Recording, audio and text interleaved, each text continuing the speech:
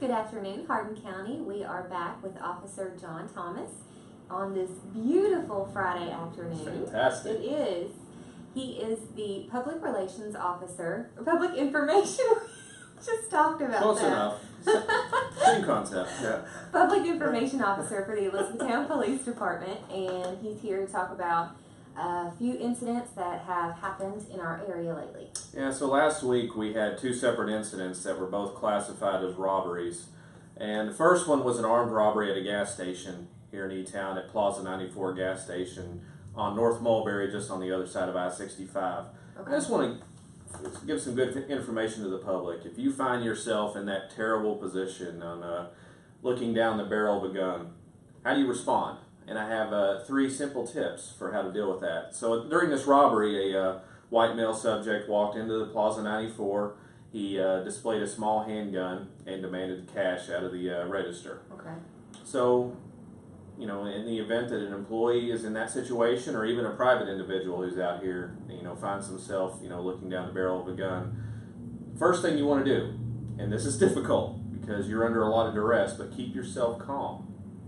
I'm an FBI certified hostage negotiator, and one of the primary tactics that we use when we negotiate with individuals, and they are almost always agitated, very aggressive, is to keep ourselves calm and to talk in a soothing voice, and that actually serves to calm the other person down and to soothe them. Someone who's committing a robbery, they're going to be agitated, Right. They're going to be paranoid for obvious reasons and a little bit unpredictable. If you maintain a calm demeanor, that's going to really serve to calm them down and keep them from doing something unpredictable. So that's number 1. Number 2, Okay. comply. You know, there's no property that is worth a human life. Just do what they say. Don't try to be a hero. Don't try to pull some kind of Chuck Norris move or something and take over the situation. Just comply with what they've said. So that's number 2. And number 3, try to be a good witness. You know, observe. You know, do they have any scars, marks, or tattoos that might be unique identifiers? Listen to their voice. What does their voice sound like? If they get into a vehicle, get a good vehicle description. Try to get a license plate on the vehicle. So those 3 things. Keep yourself calm. Again, not easy to do under that situation, but keep yourself calm. Try to talk in a soothing voice. Don't be a hero. Comply with what they've said, and then try to be a good witness. You know, if you've been a victim of a terrible crime like this, if you're a good witness, you can prevent somebody else from going through the same thing. So, Very good. now let's talk about the second robbery, and this one actually happened about 12 hours after the robbery down here at Plaza 94. This was in the parking lot of Target. About 9 in the morning, a 75-year-old woman walks out of the main entrance at Target. Broad daylight, lots of people around. And this male subject was waiting outside Target. He had a hoodie on with the hood up. He was kind of facing the building like he was trying to avoid surveillance. And he would look at people as they exited the store. And as soon as she walks out, he gets in behind her. Don't have any reason to believe that she even knew he was behind her. And he proceeded to, we couldn't tell exactly what he hit her with, if it was just a closed fist or he had an object in his hand. But he actually struck her in the back of the head, actually rendered her unconscious. She fell to the asphalt, hit her head again on the asphalt, and he grabbed her purse and ran off. So again, a very bold, despicable act in broad daylight. So I just wanted to give the public some common sense tips. How do you keep yourself safe in public? And understand, there's no absolute fail-safe method to doing this. The only way you can be 100% safe is stay indoors. Right. So obviously not real practical. So number 1, even when you're in a safe area, like Target, and this was a rare incident, and I don't want people to get the impression this happens all the time. This is rare. This is unexpected. But be vigilant even when you're out in public, especially going into parking lots. Robberies, purse snatchings, other thefts, and types of crime typically occur in parking lots of businesses. And this individual was waiting for for someone who looked vulnerable to attack.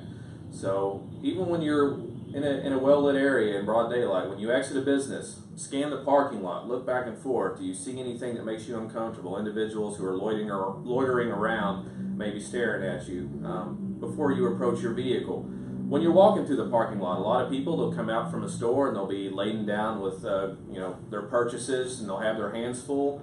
That makes you much more vulnerable. Try to keep at least one hand free, and go ahead and have your keys out ready to unlock your vehicle, because that's where a lot of these attacks happen, when people are fumbling with their keys and their bags and trying to get into their vehicle. So be prepared to quickly get into your vehicle. If you notice someone following you, change your pattern. Either if you're out walking on the street, walk to the other side of the street, see if they follow. If you're walking to your car, start walking in a different direction again, see if they follow, so that, you know, if you think somebody's following you, you can confirm that that they're following you.